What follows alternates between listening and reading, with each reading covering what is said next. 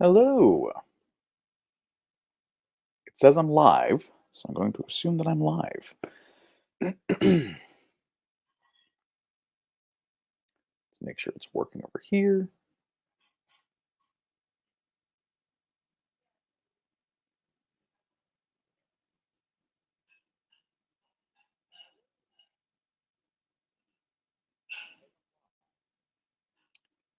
Okay. Well then, hello everybody. Please pardon me while we're getting everything set up here. We are live. We're live. Hello everybody. I'm seeing all the comments in the chat rolling in now. Thank you for joining us tonight. Oh, there we go. See the comments here. It's our first time trying this out, so please bear with us for any technical snafus or anything that may happen. Hello, everybody. I'm seeing comments on the side here, but it's from your username. So if I don't know your username, my apologies if I don't address you by name. But hello, it's so good to see everybody. Hope this finds everyone well and healthy and happy. Thank you so much for joining us tonight. This is great. We should be having Kellen and Sarah joining us soon. So just hang tight until then. I'll be here. I have an email from Liz to answer real quick. If you don't know who I am, my name is Martin Cahill. I am the marketing and publicity manager with Erewhon Books. I work with Liz Grinsky. I work with Sarah Guan. I work with Jillian Feinberg and Peter Burry to bring you the excellent books that we're working on so far. The first of which is The Fortress, by one of the authors being presented to all of you tonight, S.A. Jones. She's calling in from Australia, where it is now 6:47 a.m. Friday. So we wish her all the coffee and all the best, and she'll be calling in soon. And Kellen, publishing under KM Szpara, will be joining us soon as well, and we'll get started around 7. So I'm going to sit here and try not to blather too much. But if you have any questions for me, if you have any questions in general, drop them in the comments. I'll see them here. And in the words of many infamous, I guess, YouTubers, influencers, social media, don't forget to press like and subscribe. It's really helpful to have you guys here to keep Erewhon Books going. But that's true. I don't mean to make that sound snarky. It is true. I was just trying to be an influencer. And I don't know if I succeeded, but that's okay.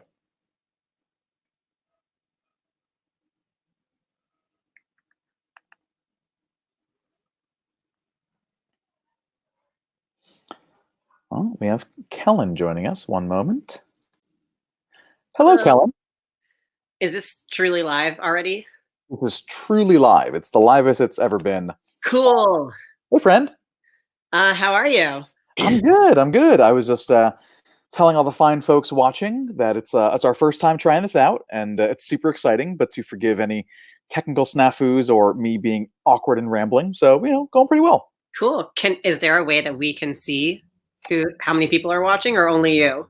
So I'm. I have the YouTube window open simultaneously. Yes, so it looks like 8 people are on so far, and yeah, hopefully we'll get some more. Hi, people. I brought a drink with me in a Sesame Street cup from my childhood. Everyone can enjoy that. I in pursuit of still supporting my local bartenders / businesses, have been picking up batch cocktails. I did see something about that. That's great. Yeah, I've been picking up batch cocktails from one of my favorite bars in the area, Sugar Veil. If you're in Baltimore, big wreck.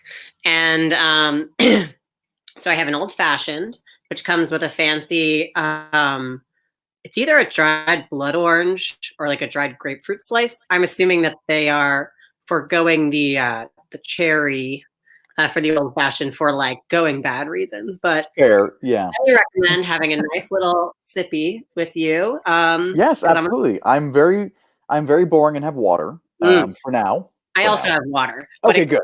It's in my docile cup. You have a docile cup? Okay, I mean, you can't buy these and you can't make these, but I can. Fair enough. I deeply love Tervis tumblers. They're like sippy cups for adults because I knock cups over all the time. So this is very safe for me to grab at night, like if I need a drink of water or sitting at my desk. If I have a bunch of papers out. That's fantastic. So, I placed an order for a custom cup through them with my cover on it, and they did ping me and say, "This looks copyright." And I said, "It does, but that's my name on the cover, and there are very few K Szparas you might find." So, right. So it should be legally, is what you're saying, is it's okay for you to drink this. It's okay for me to drink out of it legally. And Perfect. my publishers all said, very nice. Only you can make this. So don't home kids. I was going to say branding is strong. And it looks like Serge has joined us as well. I'm going to add her to the stream. Hello. Hello. You're very dark. Am I? Oh, yes. Is there lighting or lovely? There we go. There we go. Ah, there we are. Is that better? That is better. Thank you. You look so wonderfully awake for 6:50 a.m. Why, thank you, Kellen. Thank you again for that. Are you also drinking alcohol? Or I'm on the coffee doll. That's fair. Cheers. Cheers. Oh, what have you got, Kellen? I have an old fashioned in a Sesame Street mug. Oh, adorable. Perfect. Slightly disturbing. A thing that, well, that's me, adorable, but slightly disturbing. I'm very keen on an old fashioned. A thing that I have learned, though, is that I do not know how to pour the proper serving of alcohol. I don't have the right cup and I don't have the right ice cubes. Like, I know what it looks like in the right cup with the right big, beautiful ice cube. But in a tiny mug or in a stemless wine glass with 3 or 4 ice cubes, it just looks like, who knows? Maybe this is the proper dosage. Maybe I'm going over. We'll find out. Okay, this could get wild, Marty. I'm hyped. We're all on this journey together, and that's okay. I don't have any alcohol, but I guess just to shout out and talk about a fun thing is I'm wearing a shirt from local bookstore in the area, Books Are Magic. Yay! Yay! Run by author Emma Straub and her lovely husband and their wonderful team. So if you have any indie bookstores that you love, please give them a shout out in the comments, because that's always really fun. And I've always wanted to say that. So I'm having a fun time being a hashtag influencer right now. So that was the joke I started with, and we're going to stick with it. Serge, what is your local bookstore? My local bookstore is called Rabble Books. Ooh. Oh, lovely. I like that. Yeah, they're being just wonderful at the moment. They've started a delivery service. So. Mine is the Ivy, which also has a sister store, Bird in Hand, and they are doing food and books. So Sunday I'm going to pick up an order. I'm very excited to eat food that I did not make myself. I know. I was I'm staying with my girlfriend, and we're eating healthy. We're cooking a lot. We're doing some baking. But I looked at her last night, and I was like, I just want to pay someone to make me a really good cheeseburger, and I want to pay them well for it, and just enjoy that. So and then we were like, "Where's the best burger in the city?" And then our conversation unraveled. Yep. Also, if you see me throwing around toys, that's because Piper is here. Oh, Piper! Oh, thank you. It's very much Piper. time. It's very much time to play, because I take live streams sitting on the floor of my apartment, because I don't have a good backdrop behind my couch and I don't have a table. That's amazing. She's like, "You're on the floor with me. It's time to play with Lamb Chop." You're in my realm now. Yeah. I know. Sorry if that's slightly distracting. You're okay. I'm actually just answering an email back to Liz real quick right now. So Sure. If I go silent for a second, it's not that I'm ignoring you. I promise. Oh, yeah. Should I put on the YouTube channel to play in the background so we can see ourselves? I have it open in another window, but there's about a 10-second delay from when we live stream it over to YouTube, so it can be a little distorted. So just be aware of that. Yeah, we don't want to delay. It looks like there are so many copies. I just happen to have this like I'm in a mirror version of myself, vanity copy of my book sitting next to my television so I can stare at my accomplishments all day. Oh, that's while I nice. work. And also I have that like on the mug right here. And this is my reading copy on the floor. So there's just like, there's so much happening right now.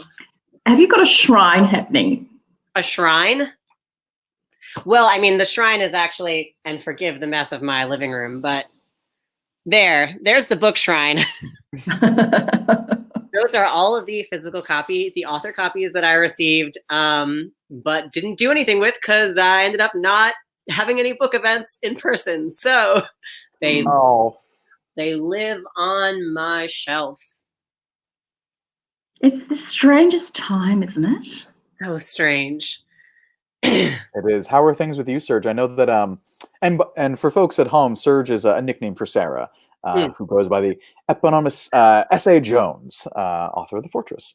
But the coolest nickname, by the way. The coolest nickname. I was like, how do you pronounce that? Serge? That's the coolest thing I've ever heard. Unless I'm trust me, it's the only cool thing about me. I don't believe that for a second. But how are things with you? I know we did a little test run yesterday. You were telling us a bit about how things are down in Australia. It's very strange, as it is, I'm sure, for everybody. But I'm still gainfully employed, mercifully, in transport and logistics. And I don't stop. I get up in the morning, I start taking calls at about 7 a.m. and I don't stop till 7 p.m. And I'm actually really grateful for that. I'm just so focused on my job that I don't really have time to dwell. Mm-hmm. Yeah. I also have been, I still, like you, thankfully, can work from home for my job, but I have avoided work from home for so many years because it has this sort of you have to be very good about setting boundaries. Mm-hmm. And so I have had longer hours working at home, but also have had book deadlines and events like this to look forward to. And also I'm working on the Nebula conference this year. So I've been so busy. That's right. That all my free time has been video games. Mm-hmm. Looks like we have Liz joining us. Liz. Hello. Hi, I'm so sorry. You'd think this would be easy in my own home, but I had terrible contact lens troubles. It was just my eyes are like, you haven't been doing this to me for weeks. What are you doing now? Why today of all days? I'm here. I feel like a Brady Bunch setup right now. We do. Yes. We do. Here's the story. Anyway. Oh, I'm looking the wrong way. I know everything's sort of mirrored with the setup, but yeah, Liz, thank you for being here, of course. And we were just chatting about book deadlines and life as it is. Kellen, I just saw that you wrapped up a deadline, right, for one of the books you're working on? Yes, my second book, which is going to come out in April 2021. Which congratulations. Thank you. I'm suddenly very glad for a long distance between myself and anything. It is called First Become Ashes. And it is about a guy who's raised in a cult to believe that he has magic powers and that he must go slay a monster, and then is liberated against his will before he gets to go on that quest. So he takes it anyway. But we're going questing on the fit. And it had the real second book struggle, but I really ended up loving it in the end. But it was much harder to work on through a pandemic. Serge, did you sort of find the same thing, that working is much more distracting during a pandemic, or are you able to focus? Look, I've, for better or worse, become very good over the years at compartmentalizing. So I can switch very quickly from day job Serge to mum Serge to moderately functioning human being Serge to writer Serge. It's all fairly seamless most of the time. Nice. Yeah. Great. I was I don't know. I think the distraction for me was mostly constantly checking the news, constantly seeing updates. I finally just had to put that aside. Actually, most days now working from home, I put my phone down somewhere and sort of lose track of it for the day. My my screen report went down 85% ever since I started working from home. So I'm pretty happy with that. That's impressive. That's great. That's awesome. So it's 7 o'clock. I think we can start getting this show on the road. I'm going to switch some things around. So I'm sort of at the master controls for who you see and when. Don't pay any attention to the Marty behind the curtain. But Liz is going to give us a little introduction. I'm sorry, there's a cute dog on the screen. How can you possibly expect me to function? That's not fair. She might be in and out of my lap because it's easier to hold her still if I'm holding her. I 100% approve that.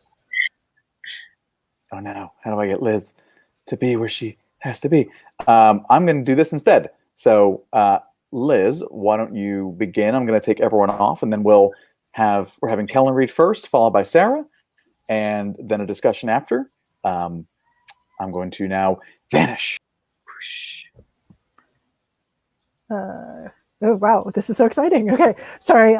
So welcome to everyone at home. I hope everyone is healthy and doing well. This is our first time doing this, so thank you in advance for your tolerance as we figure out the technical ropes. Hag Sameach to those who are observing tonight, especially if you're watching afterwards. This should be archived, so hopefully a lot more people will get to see it over some time. And we are hoping this is all going to go well, and we are going to be able to continue doing these. And we do have a few upcoming events to announce. Of course, these are crazy times, and it is always possible that something will change, but hopefully all will go well, and we'll be able to present you a bunch of great readers over the coming months to make your stay at home entertaining. So first, on Thursday, May 14th, we're pleased to be hosting the newly Hugo Award nominated Arkady Martine and Vivian Shaw. We are going to have them actually tonight in New York City, but instead we're going to have them in May virtually. And then we have the next few months after that are a bit in flux due to recent events. We are working on some stuff behind the scenes, and we will have some more great readers to announce soon. So you can keep an eye on our socials and our website to see who is coming in the later summer months. And our next scheduled event after that is going to be Thursday, September 17th. And that is when we will be and Zoraida Cordova, in part to celebrate the release of Erewhon's Scapegracers by Hannah Abigail Clark. We're hoping right now that this one is going to be an in-person event, but we will keep an eye on things and play it safe and do that however it makes sense to do when we hit every day as a century now. And now on to the main event. So to give you a sense of the agenda, you heard a little bit about this, but this is a little bit different than how we usually do things. So first, Kellen and Sarah are going to read to us for a bit. I'll introduce both of them in turn. They'll read a bit, and then they're going to talk to each other about their books. If there's time after their discussion, we may open up for questions, but we will see about that. And then after the discussion and Q&A is done, for anyone who wants to join, we'll be hosting a community hangout on Zoom. So if you RSVP'd for the initial event, you will have already received that Zoom link in your email. But if you haven't, or you're just joining us now and you want to check it out, feel free to email us at info@erewhonbooks.com. That's INFO @erewhonbooks. That's one word, just like you're seeing in our YouTube handle.com. So I am going to now introduce our guests of honor for tonight, starting with K.M. Szpara. K.M. Szpara is a queer and trans author who lives in Baltimore, Maryland with a tiny dog who all of you got to meet, which is a rare treat for us. Kellen's debut alt near-future novel, Docile, available now from Tor.com Publishing, explores the snowballing debt crisis, consent, and privilege, and can be described as really gay. It's just how we like it here. He is the author of Small Changes Over Long Periods of Time, a Hugo and Nebula nominated novelette about a gay trans man who's bitten by a vampire. More of his fiction can be found in venues such as Uncanny, Lightspeed, and Shimmer. You can find him on Twitter at KM's, sorry, I'm going to spell that out. That's at KMSZPARA. And now over to Kellen. Hello. I just want to give everyone a warning that I am going to read a chapter that has sex in it. Explicit sex, it's near the end. When you start to hear it, know that it will come to fruition. Also, this whole book has a content warning for rape, non-con, dubious consent, various discussions and depictions of that therein. So this sex will be tinged with those content warnings. So please be safe for yourself. And when that picks up, you are free to mute and then come back when I make a big wave. All right, so I'm reading from Docile, and I will be reading from Elijah's point of view. Elijah is a debtor who has sold $3 million worth of debt to Dr. Alexander Bishop III, Alex. And at this point in the book, Elijah has been not long with Alex, and they are both getting used to this transition in their lives. Elijah has chosen not to take a very specific drug called DOCILE that makes his term easier and makes him more eager to serve. So he is experiencing horrors in real time that many dociles, debtors, do not experience. And in this scene, Alex is taking him to his place of work, Bishop Laboratories. And by scene, I mean chapter. Elijah, this is chapter 11. The next morning, we shower and dress in near silence. My arm aches with stiffness from being cuffed to the trundle all night, and I'm itching with anger.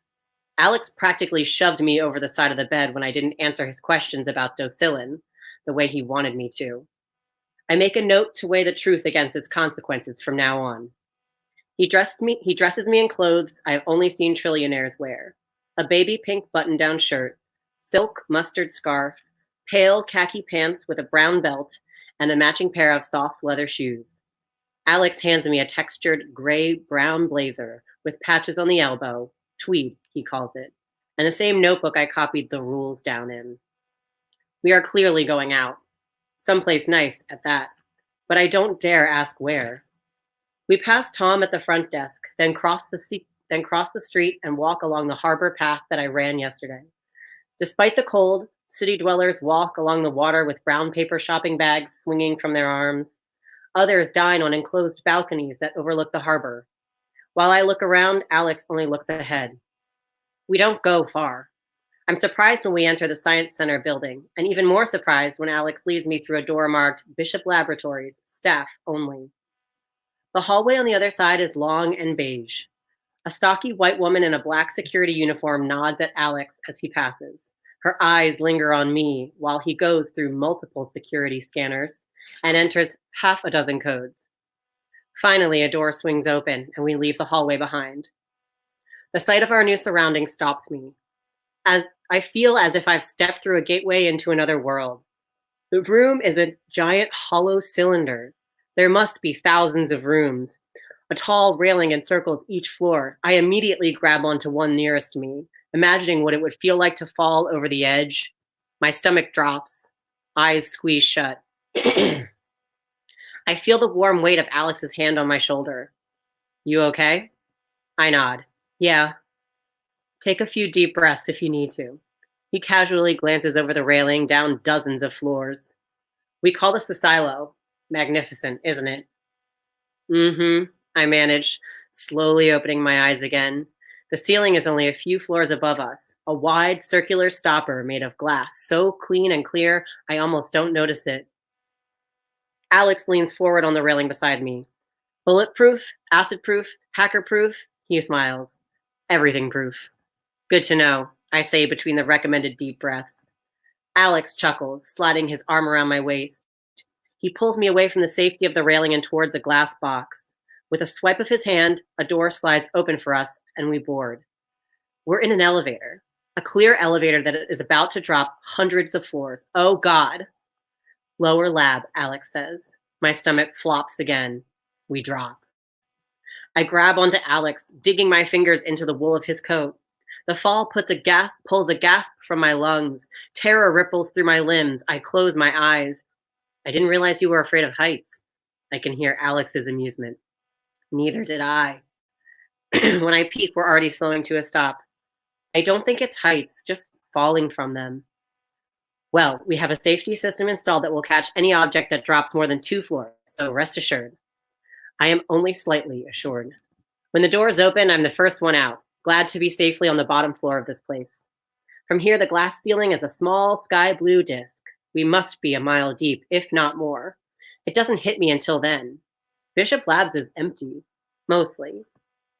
Where? I trail off, realizing I'm about to speak out of turn. I haven't forgotten I'm still in trouble for that. But Alex says, please, feel free to ask questions. I brought you here to demystify DOCILE. When you've only heard lies and rumors, you're bound to believe them. I understand that. I bite my lip to stop myself from mouthing off.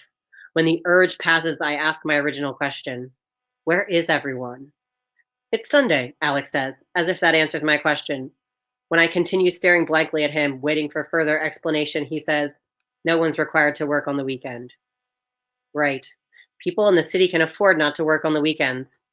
I nod and fold my arms behind my back. The magnitude of Bishop Laboratories is even clearer from the bottom floor. Rows of glass-doored rooms line each floor, and if I position myself properly, I can see inside some of them. I can see there are people. I turn. Hundreds of them. Thousands, Alex says. They're dociles, like you.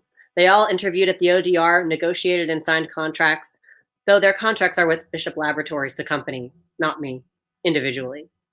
And who are the people in scrubs? I point at a woman walking along a floor above us. She glances into the docile's rooms as she passes, tapping her tablet. Caretakers. We don't need a full staff on the weekends, but for those who want flexible hours, the opportunity exists. Since most of our subjects are on meds, we don't even really need caretakers. On meds follow their prescribed routines without prompting or monitoring, but for safety reasons, we employ caretakers 24 hours a day, every day of the year. Most are off meds here. There are off meds here. I've never heard of anyone else refusing DOCILE. Well, yes, Alex says, as if the answer is obvious. We need a control group. I don't know what that is, so I ask, what do you do with them? We don't do anything with them. He wanders out across the workroom floor, between glass tables and panels with softly glowing lights. They take a variety of enrichment classes, practice crafts, read, exercise, and participate in periodic tests to act as a comparison point for those on various DOCILE formulas. All painless, I promise. And I am going to skip slightly ahead to the sex. If you don't want to listen to this part, feel free to just duck down. If you do, Alex leads Elijah through a series of tests and then asked him to write lines as repercussions for a rule he broke. All right.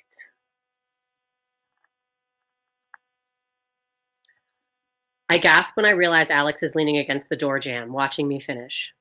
What? I look at my notebook, then back at him. Have I done something wrong?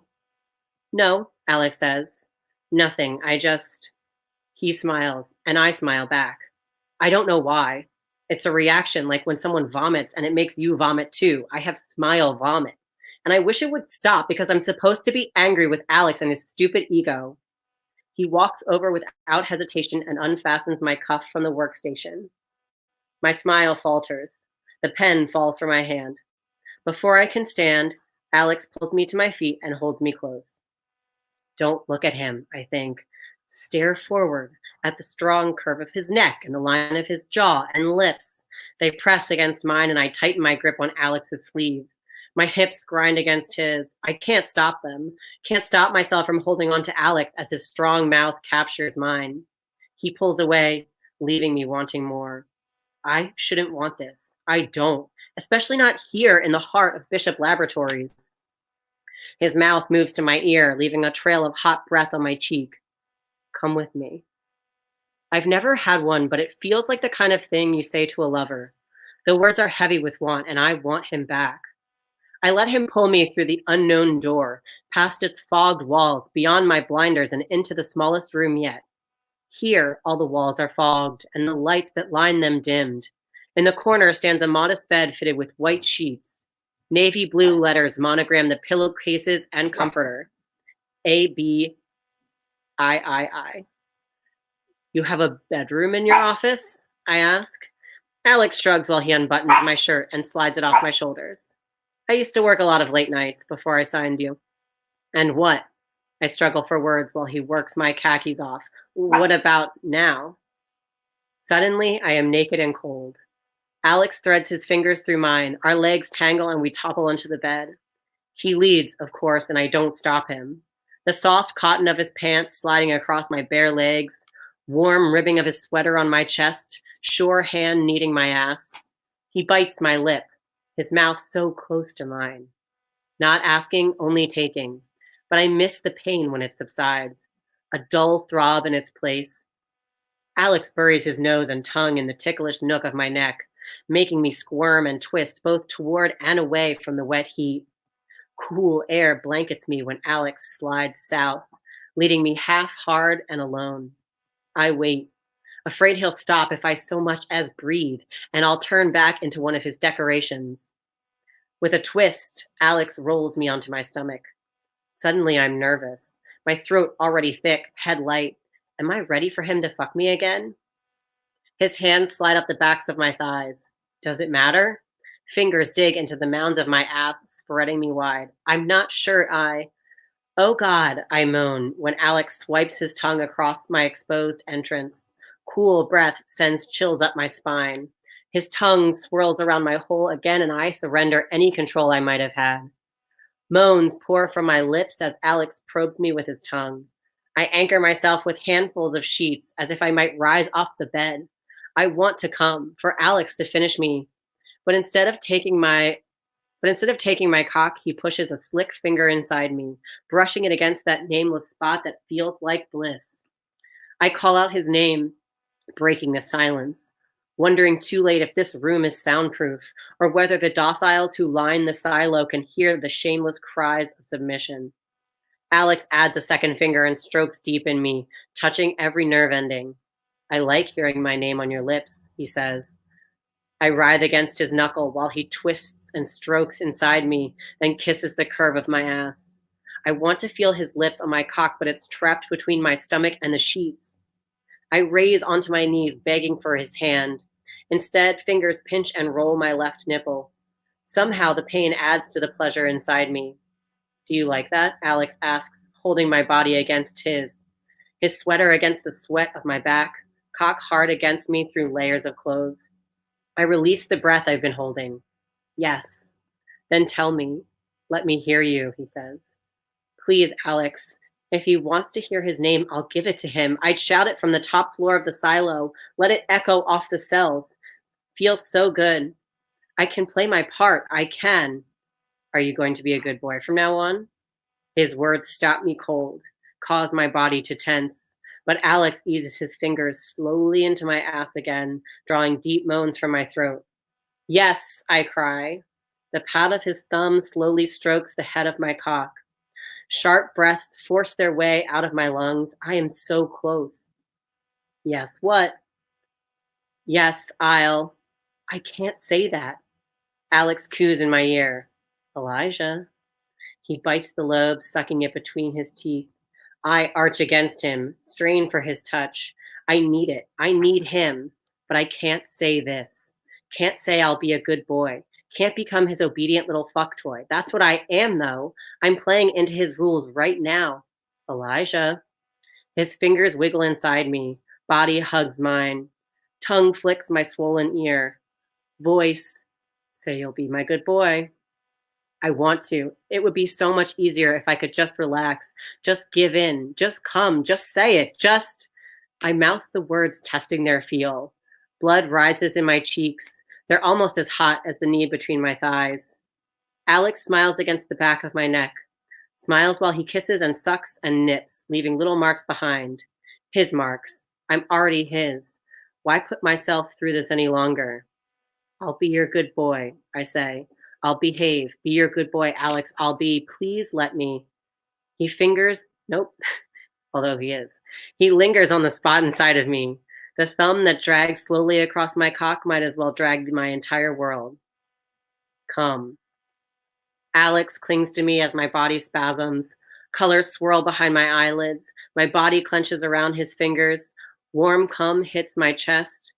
I collapse onto the bed and bury my face in pillowcases monogrammed with his initials, waiting for my breath and heart to slow. I came. I said it. And that is it.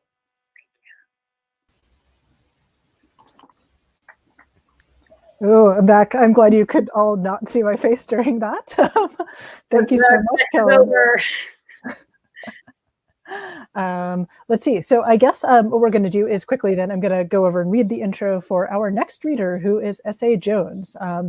S.A. Jones is a Melbourne-based novelist and essayist whose work has been published in venues including The Guardian. She holds a PhD in history and has been a senior executive and a shadow ministerial staffer. In 2013, she was recognized by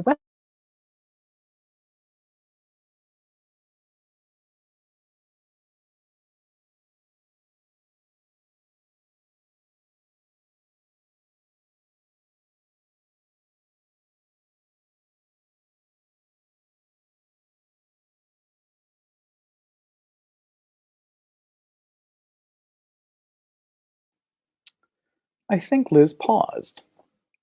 One moment.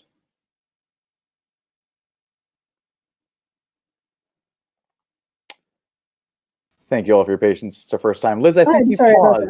It's yes, okay. I did. I'm so sorry. I had a small connection outage. My internet connection is not quite up to the... did we get Serge's intro, or did I pause in the middle of that? I got up to about the Guardian bit, so if you want to go back and reread it. Okay, I'm very sorry about this, everyone. No worries. Okay, all good. I'm going to vanish. Oh, wait. I vanished Liz. Okay, there we go. Liz, hey, it's our first time doing this. We're all human. Okay, I'm going to go now. Bye. All right, let's try this. Take two. S.A. Jones is a Melbourne-based novelist and essayist whose work has been published in venues including The Guardian. She holds a PhD in history and has been a senior executive and a shadow ministerial staffer. In 2013, she was recognized by Westpac and the Australian Financial Review as one of Australia's 100.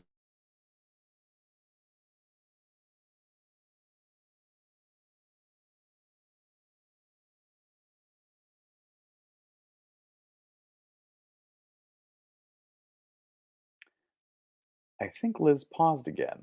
Sorry, I'm back. I said I would be gone, but I'm back. I'm going to try to remove her and bring her back to the stream.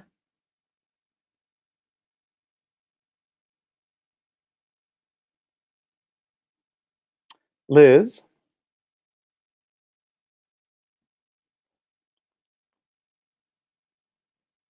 Thank you all for hanging in there with us. I'm going to try to find Liz. It's our first time trying it out. We're all human. This is all good. We're all home.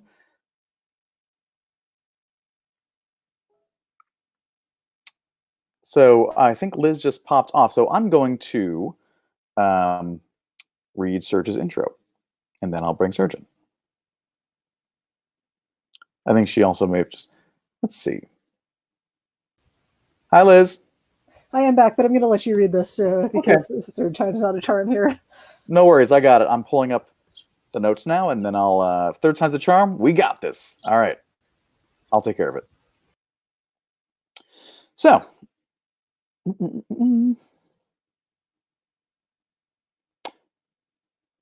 S.A. Jones is a Melbourne-based novelist and essayist whose work has been published in venues including The Guardian. She holds a PhD in history and has been a senior executive and a shadow ministerial staffer. In 2013, she was recognized by Westpac and the Australian Financial Review as one of Australia's 100 women of influence for her public policy work. The Fortress is her third novel and her North American debut. Without any further ado, I'm going to bring in Sarah, aka Serge, aka S.A. Jones, and I'm going to step back. Sarah, take it away. Hello, and thank you for joining, everybody. I'm going to apologise in advance if I sneeze. I'm suffering from terrible hay fever at the moment, which is not only annoying but alarming in the current context. I'm going to be reading from The Fortress. To give you some context to this scene, our protagonist, Jonathan, has been summoned by his wife, Adalia, to what he thinks is going to be a romantic and saucy liaison at a venue called the Arbor Room.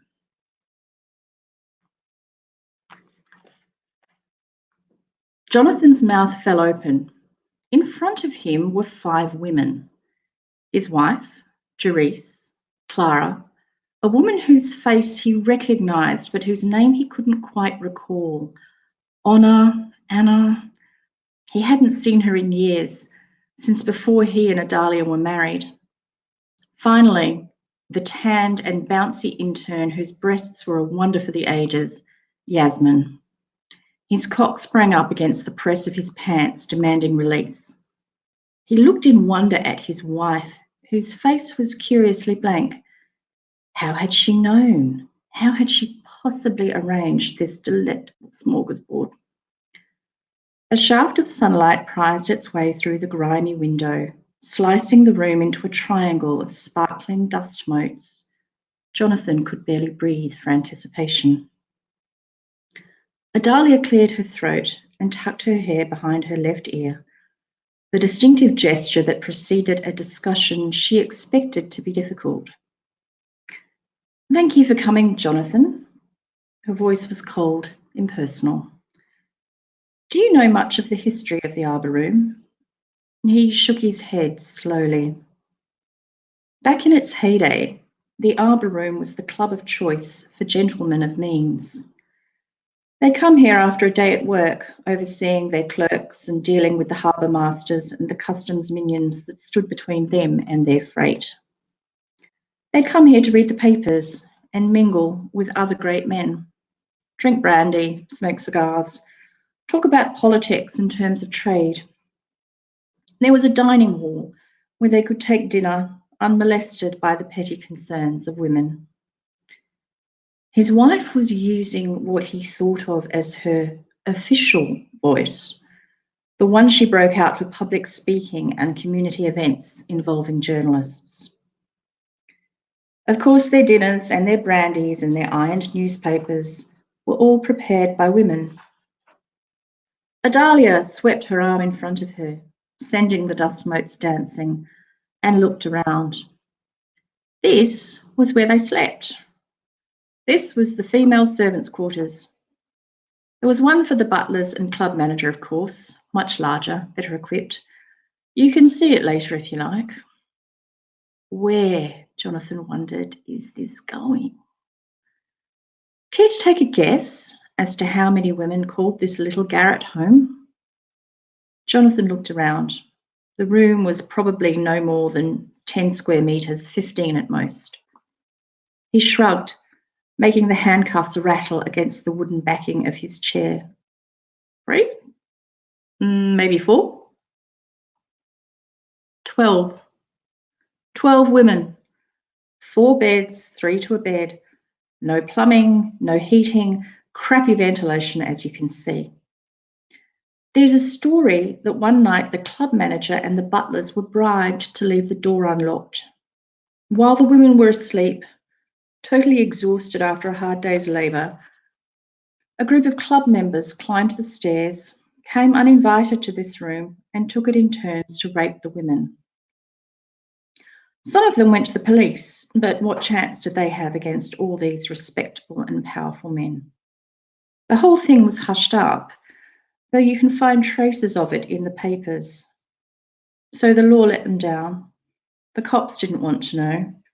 The doctors who treated the women called them sluts and refused them even basic pain relief when the inevitable babies made their way into the world. Adalia laughed. It was a hard, nasty laugh. Jonathan felt the first finger of panic poke into his breastbone. You have to understand that most of these women were either new to this country, boat fresh with no connections or family, or they were orphaned, or women whose husbands had run off to God knows where, leaving them destitute. So what choice did they have but to come back here to this squalid little room and go on serving and feeding and wiping the shitty asses of the bastards who had violated them? Adalia paused. Can you imagine that, Jonathan? Can you? She let the question hang in the air. 5 pairs of eyes looked at him. What is this about? Jonathan said quietly. Adalia appraised him with an expression he didn't recognise. What do you think? Jonathan hesitated. Some part of him wanted to believe, still believed, that Adalia had brought them all here for a delicious afternoon, and he didn't want to make a misstep that might jeopardize that. I don't know. Adalia took a deep breath. She was gathering herself, Jonathan knew, marshalling her forces. In a steady, controlled voice, she said, "Clara, honey, would you like to start?" Jonathan hadn't seen Clara since the end of her internship, but he'd thought about her often. She looked different, thinner, older. Her hands trembled slightly as she reached behind her chair and took the jacket that hung there. As she twisted around, her shirt collar slid, revealing the wine stain of her birthmark. She held the jacket out in front of her uncertainly, as if it might assume a different form. "Do you recognize this?" She looked at the jacket rather than Jonathan. He nodded. "Yes, it's mine, but how?"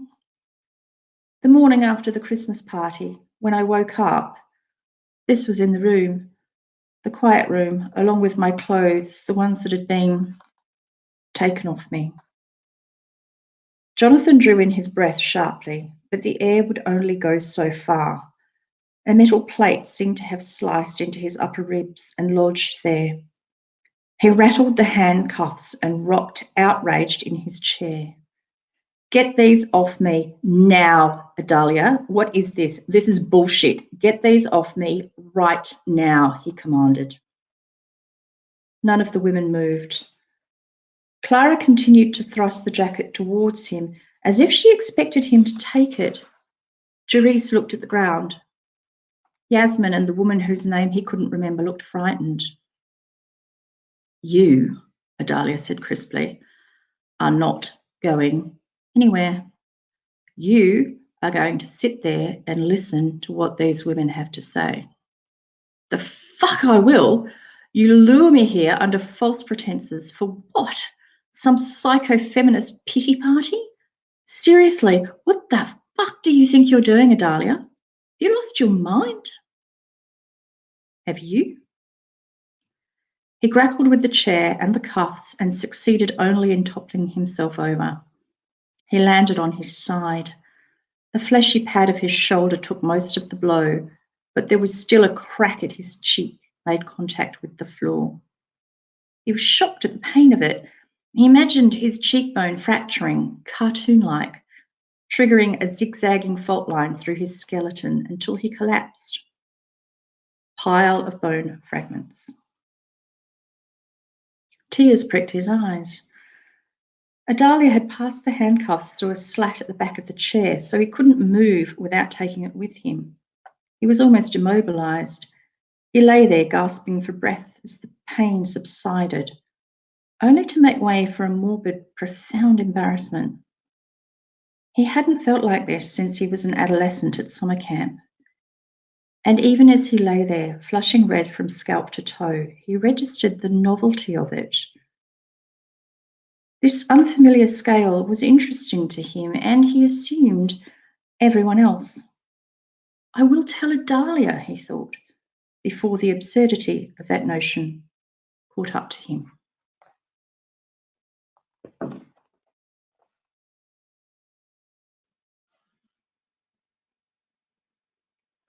It's me. I think. Sorry, I've lost the thread of where we are. So I guess what I'm doing right now is just saying that we're going to a discussion with our two readers. So they're mostly going to talk. We will, if we have time towards the end, could possibly take a few questions. So if you have them, just put them in the chat, and we'll keep an eye out on that and pick up a few and queue them up. Thanks so much. Hello again. Hello. When you started reading, I sent a message in the private chat that was just like, "Oh, wow, the scene is so intense. My body is ready." I absolutely did not expect that one coming when I was reading it. And I was like, wow, she fucking got him. So we sent each other questions. but I think we are aiming for more of a conversational theme here. So if I might tip us in the right direction, or in one direction to start, I had, looking at my notes here, I had said, both you and I in our books sort of explore these worlds where there is a blanket consent up front.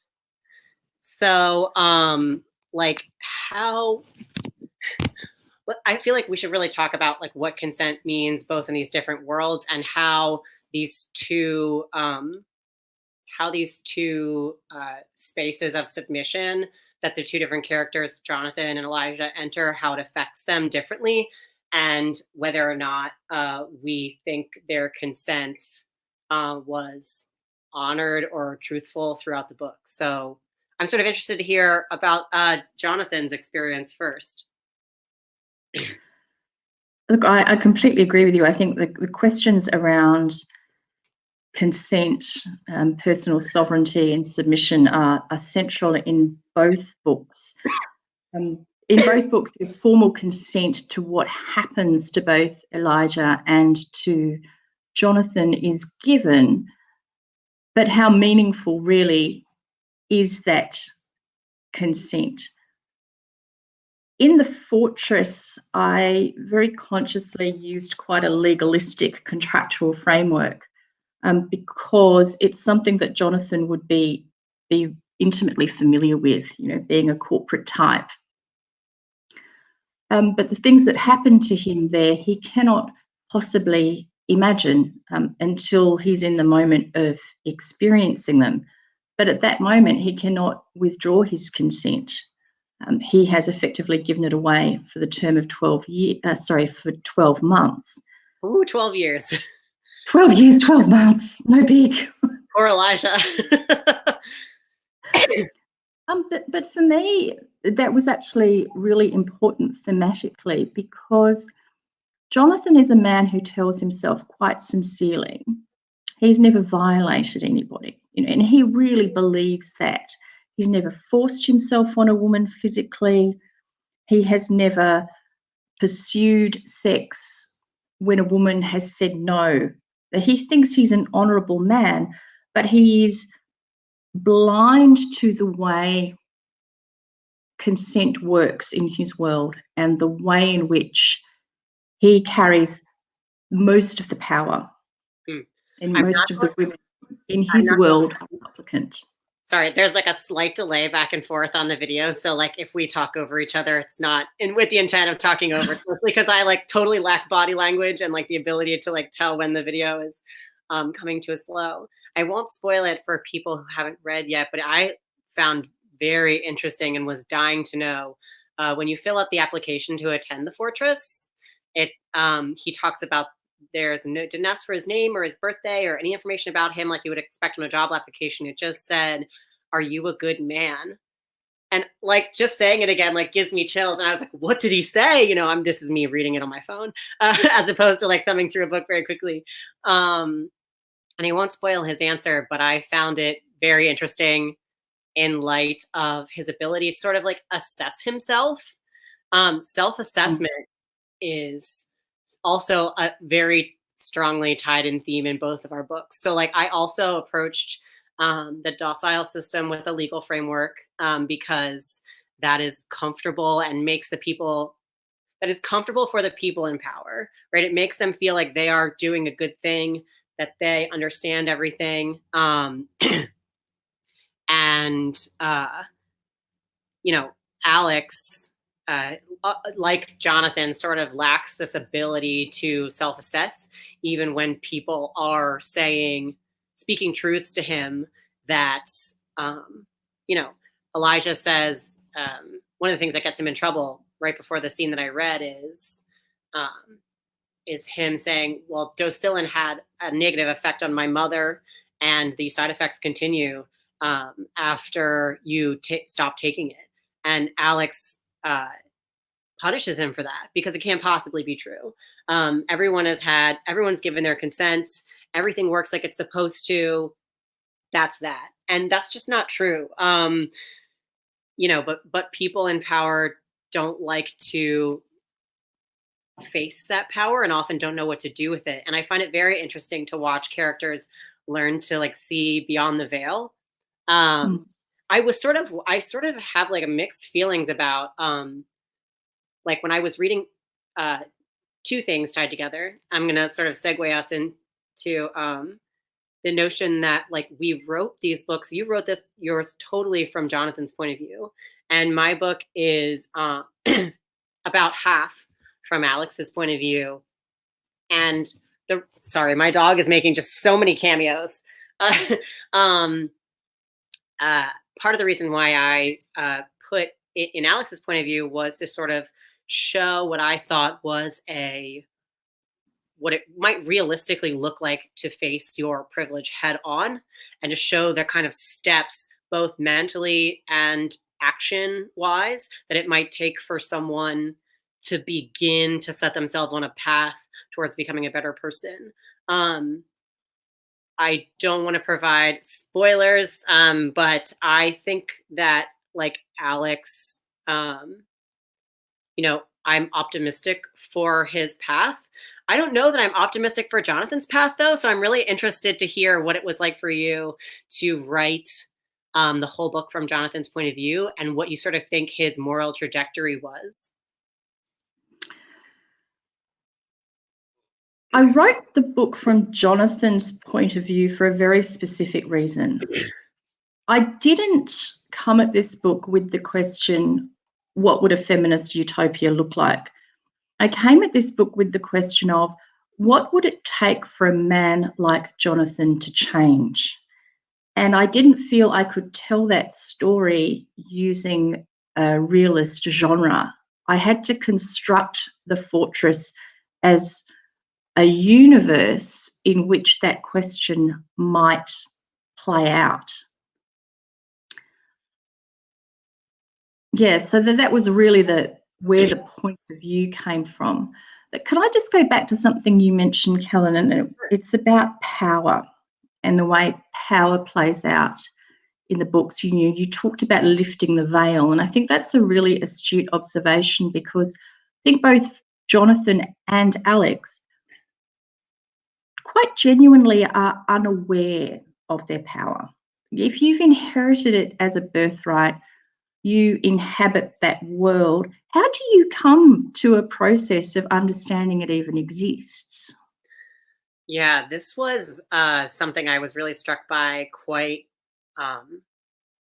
not spelled out in your book, but sort of like it really struck me how like for me, Jonathan, I think this happens both to Jonathan and Alex. Like they don't really see beyond the veil until they are faced with it, with a person and or this sort of experience, I would say like in their space. So for example, I'm going to butcher the pronunciation of all of the fake terms in your book, if that's even how we pronounce fake. I did read the glossary. What is the Ivesti? It's Vestiae. Vestiae. Okay, the Vestiae are men who are totally condemned by the Vake, and so this is a sort of a graphic content warning on it, but most of this discussion will. But so there, is a moment where this Vestiae, I'm so sorry. This condemned man Jonathan is learning sort of his past crimes, why he was condemned. And he learns that this man was a pedophile who violently murdered and raped some people. And one of those young girls went on to commit suicide and to take her life. And this happens to someone that Jonathan also knows and has had interactions with. I'm being vague, not to be vague about the things that happened, but because I don't want to totally spoil the whole book for everyone. And so, these sort of like parallels that are drawn, like I feel like it's not until these moments that he's able to see beyond the veil for himself. And it's so fucking unfortunate because it happens at the cost of so many other people. And Alex says the same thing when he is, there is a trial in Docile. And at one point, Alex is musing on it and reflects that he has sort of seen beyond the veil, but he is sorry that it is because of, or came at the cost of, sort of Elijah's experience. And I hate that happens, right? Because I don't think it's a thing that should happen. I don't think that you should have to, I think someone should tell you like their pain or what is wrong, or, I think that you should see people's stories and believe them. It's so unfortunate though, that so often people don't make that mental turn until something affects them personally, until they see something reflected in their own life that they are horrified by seeing in others' lives or as abstract concepts. Look, I think there's some truth in that. Empathy will get you so far, but I think most change is rooted in shame. It's such an intensely visceral, unpleasant experience that most of us will go to extreme lengths to avoid feeling shame, to the point of reconstructing the past. But I think what's central to the narrative arc, both for Jonathan and Alex, is shame. And the motivation for change that comes from that. But I think in both cases too, love is a motivating factor. Yeah. Perhaps perversely, Alex does have a love of some kind. And that love is powerful enough to prompt a desire for change. Similarly with Jonathan, for all of his faults and flaws, his love for his wife is actually quite genuine. And he's strongly motivated by the fact that he is to be a father. And that fatherly longing that he experiences, this anticipation of love for his child, is really motivating too. So at heart, Kellen, are we really just a couple of romantics? I have very much distanced myself from utilizing the term romance or romantics with regard to the relationship between Alex and Elijah. Not because I don't think it tugs at people's hearts in that way, but because labels, labels are very difficult and complicated, right? Gosh, you were saying something that just made me have such a wonderful idea that I now... Shame and love. Oh, right. This was one of the things that frustrated me most about Jonathan, but that I think probably also frustrated people about Alex. It's that sort of ability where I think Adalia says to him, well, so she talks to him about being a father. What does it mean to be like a good father in one scene? And, he says something like being there and supporting your child, but also knowing when to step back and let them grow and explore. And she says something like, gosh, when you get it right, you really fucking nail it.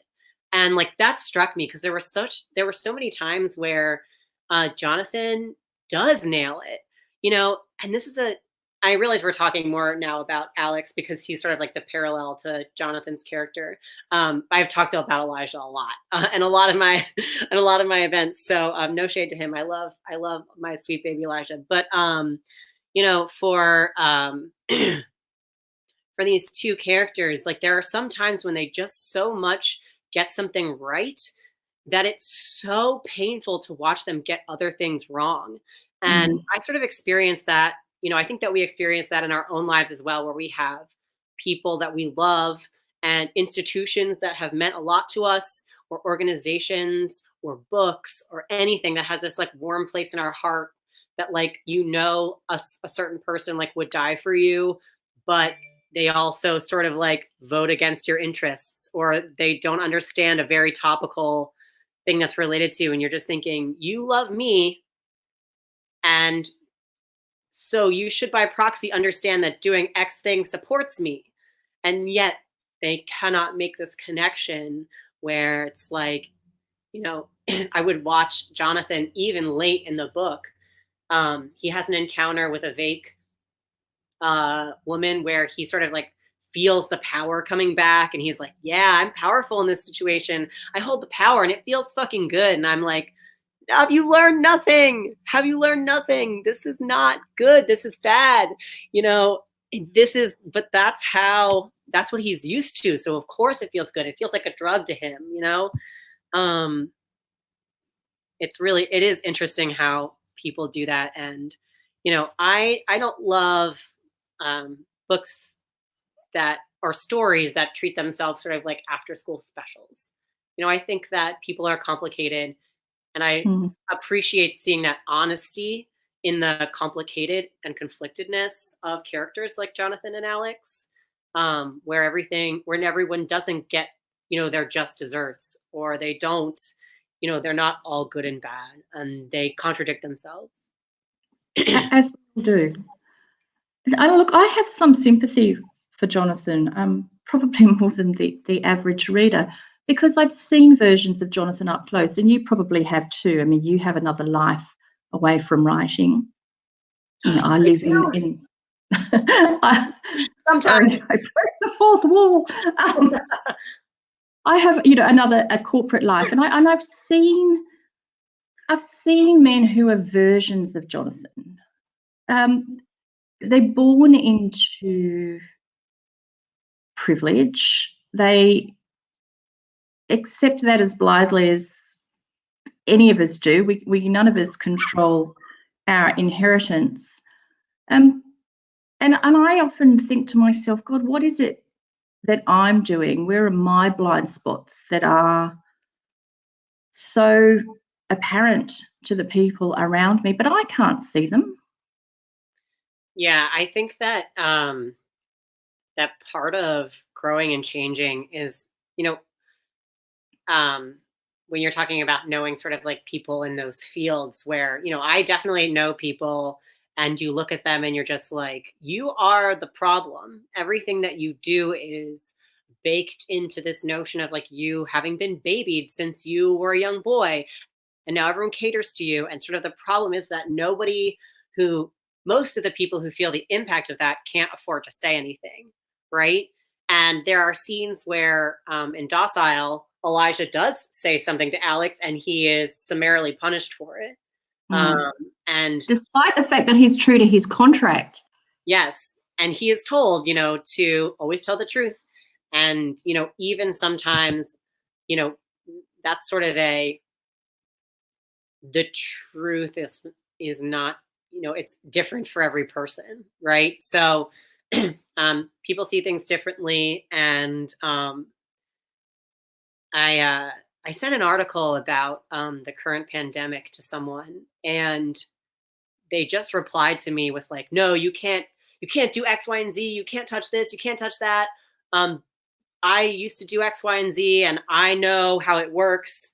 And I'm like, okay, well, this is just an article about, you know, it's okay to get takeout.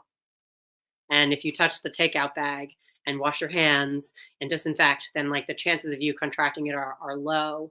And it was written by an epidemiologist, but that doesn't matter to that person because they already have an idea in their head. So reading facts don't make a difference, right? So in Alex's world, he has only negative experiences with the people who would tell him otherwise. They make him feel uncomfortable. They protested his 11th grade prom. They, you know, protest where he works. They inconvenience him and make, you know, are an annoyance to him, and, you know, caused him to feel pain as a child, and as an adult, he doesn't want to hear any of it. So he doesn't look at it. You know, people don't see things. People like Jonathan, who might have a sexual encounter with someone and feel like they are having the person's full consent the whole way, unable to sort of see that this person actually is trapped and cannot give that full consent. Can I ask you a question about world building? Because the world that you've created in Docile, I find philosophically really fascinating. You've taken capitalism to its logical conclusion. Everything is monetized, everything is up for consumption, including human will. I hate it. But in this world, there's no apparent homophobia or sexism. What kind of prompted you to decouple those things from capitalism? Sure. So Liz, I think, who introduced me, actually included this part of my summary of the book that I put in my bio. It's not very catchy for marketing, but I think of near future, like basically all near future science fiction, as like alt near future, which is to say that I am creating a secondary world that looks very much like ours and draws from aspects of it that I want to highlight to tell a very specific story. So when I do that, when I sit down to write a book, I decide at the beginning whether or not I want to go all in or all out on real world, which is to say our current world, sort of isms and phobias. Some people don't want to read a book and experience all that when they experience it in their day-to-day lives. It's nice just to read queer people existing and no one shitting on them for it, especially when there are so many other problems happening in the narrative. And so, for example, for this book, I just decided flat out that I was going to sort of write a nation where those were not systemic or interpersonal, like sort of consequences of history. I chose that for, I balanced sort of, I was trying to do the same thing for my second book and like was literally tiptoeing around, how am I going to figure this out? If I can't introduce, because having one and not having the other,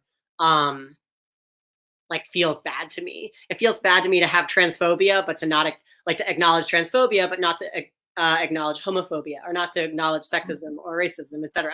So for me, that's sort of an all in or all out experience. And I definitely have a book, my third book coming up, where those are all very integral to the character development and the plot. Those books are harder to write, I think, emotionally, because they're so tied to our daily experiences. And writing, 143,000 words of X, Y, and Z oppression is a lot. So I sort of just made the conscious choice up front to surgically, like a game of operation, remove real world isms and phobias from the world of Docile, because I'm telling a very up close story. And that is also why, for example, like Alex and Elijah are both cis white gay men. If you were to change either of their sort of identities, I feel like it introduces a whole host of different dynamics that I don't think you can totally fill out, one book with. I think that's a huge epic. There are so many stories that could be told sort of like in the world that I've created. I noticed that your book really relied heavily on gender. And as as a trans person, I'm always like, all right, where's the queer gender experiences? And I remember reading about the electee who joined, who are trans women, binary trans women, correct? And I similarly thought it was interesting that and authorial intent versus reader perception is always different, right? So feel free to sort of tell me what you were going for here. But when I think about that, I think about, you sort of chose a pretty binary version of gender to focus in on, but that allows you to highlight these differences, right, between the way men and women experience the world. And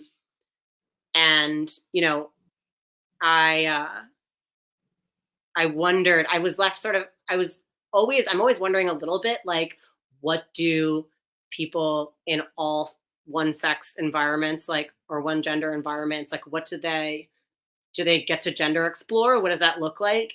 But like, I'm a person who can sort of just be like, okay, this is sort of like an AU where, like, you know, Serge is highlighting the aspects that play best her story. But like, I'm also interested in your sort of reasoning for that. You use the term binary, and that was quite a deliberate structural decision on my part, for two reasons. First of all, because I'm telling the story from Jonathan's point of view, I constructed everything that happens in the fortress as an obverse reflection of his real world experience, if you like.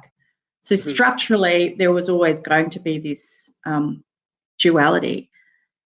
And the second reason is the whole way through the book, I am talking to and with that feminist conversation about freedom to and freedom from.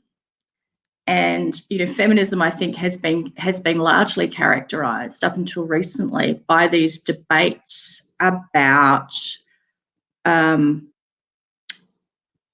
whether we're about freeing women from certain gendered and reproductive experiences, or whether we are about just exploding it all and everybody having additional freedoms to experience various things. And this is in fact written into the Vake Creed, where they say every woman will decide for herself about the freedom to and the freedom from. But certainly as I was writing, I was aware that there were a whole raft of experiences, a whole raft of philosophies that I wasn't engaging in. So I did try to give the reader a sense that things were going off behind the curtain or off scene that they weren't seeing. So we do see glimpses, for example, of asexual Vake, of Vake in polyamorous unions, lesbian Vake. But because Jonathan's experience is entirely about the Vake deconstructing and reconstructing him, if it doesn't serve that purpose, it's off scene, if that makes sense.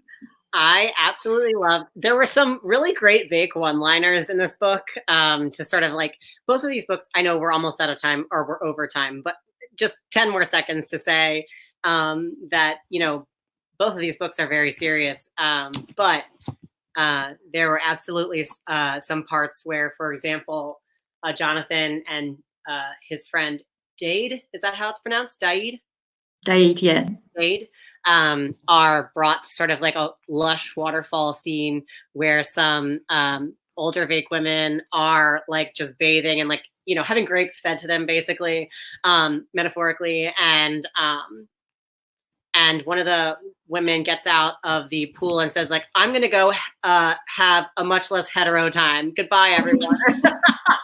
I lost my shit. I was like, I love so many of these women. They're so great. You know, and I really loved that they sort of like held the truths of like Vake as a state of mind, and that like, you know, they really like honored each woman's sort of like desire. And like there were several of them that I definitely would love to hang out with were I allowed to. But yeah, I think we are over, Marty, question mark. Hi. I'm back. Yeah, we're just about hitting the 8 o'clock end. It's 8:04. I'm happy if you guys want to have more discussion, if you want to answer a few questions. We did get a few in chat, but if folks got to go, no big deal. The Zoom community hangout is starting at this point. So if folks want to head over to Zoom too, if you don't have the link, shoot us a link in the chat. We can send you stuff. But yeah, it's up to you guys. Can there's a question I have to ask, Kellen, yes, before we go. And I said this to you in the notes. Like I was quite heartbroken at one point in the novel. I don't want to give too much away, but the point when Elisha uses his safety word to try and prevent the relationship being broken, that to me was just, it was so psychologically on point.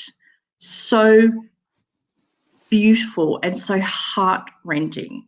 Did you experience that while you were writing it, or was it afterwards you went back and thought, oh shit, that's really good?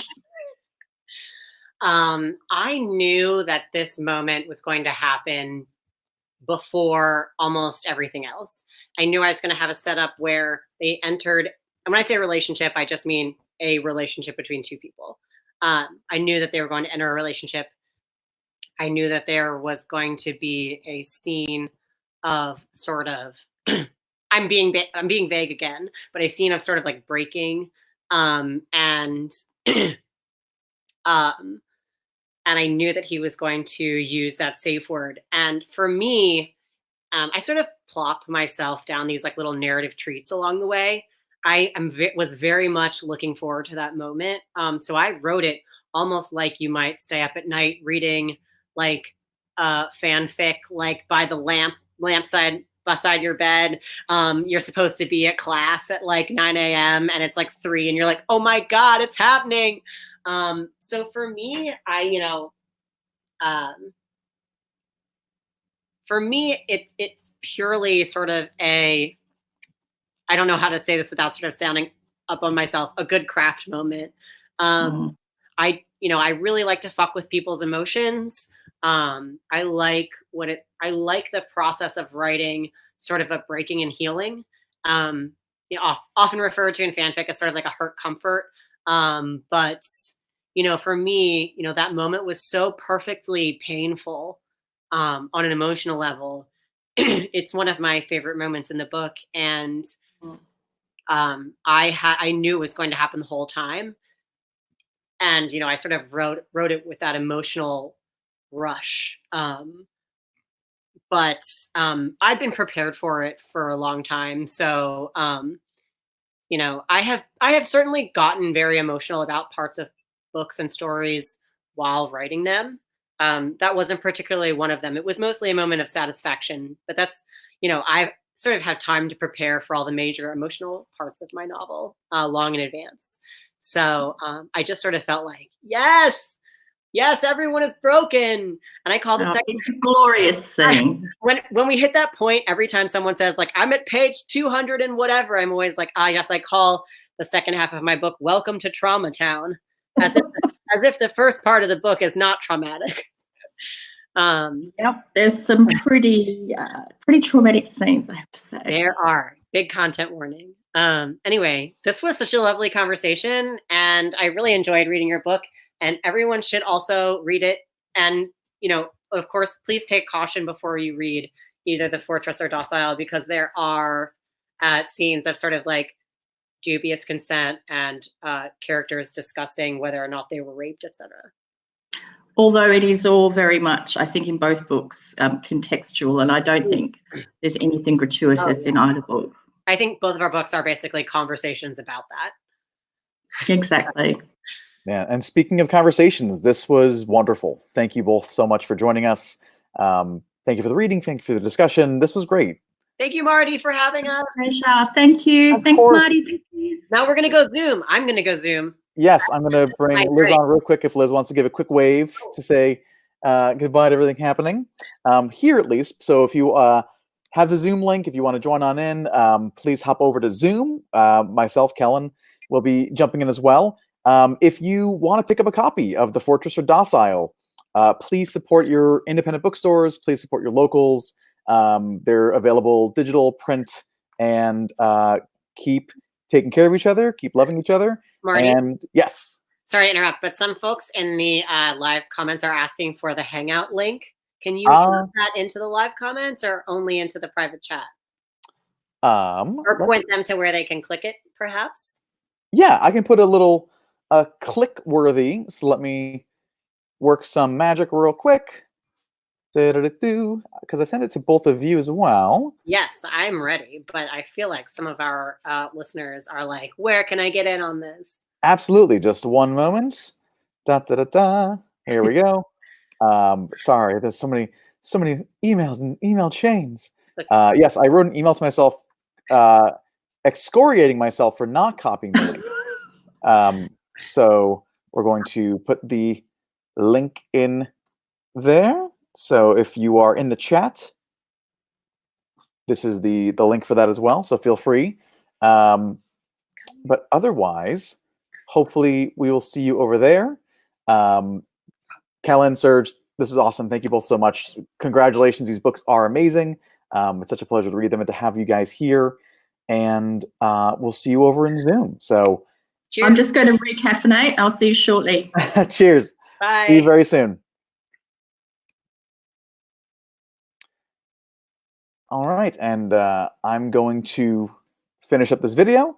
Again, if you'd like to pick up a copy, both books are available wherever you can find books. Please support your local stores. Shout out Books Are Magic. Shout out to Blue Stockings, a local bookstore here in New York City, who is going to be providing us copies for our previous live event with Kellen and Serge. So please send them some love as well. We hope everyone's staying safe. We hope everyone is staying healthy. And we hope to see you soon. We'll see you soon here, at least, May 14th for our next live Lit Salon with Arcady Martine and the lovely Vivian Shaw. They're both fantastic, and we're looking forward to having them. And you all have a wonderful night.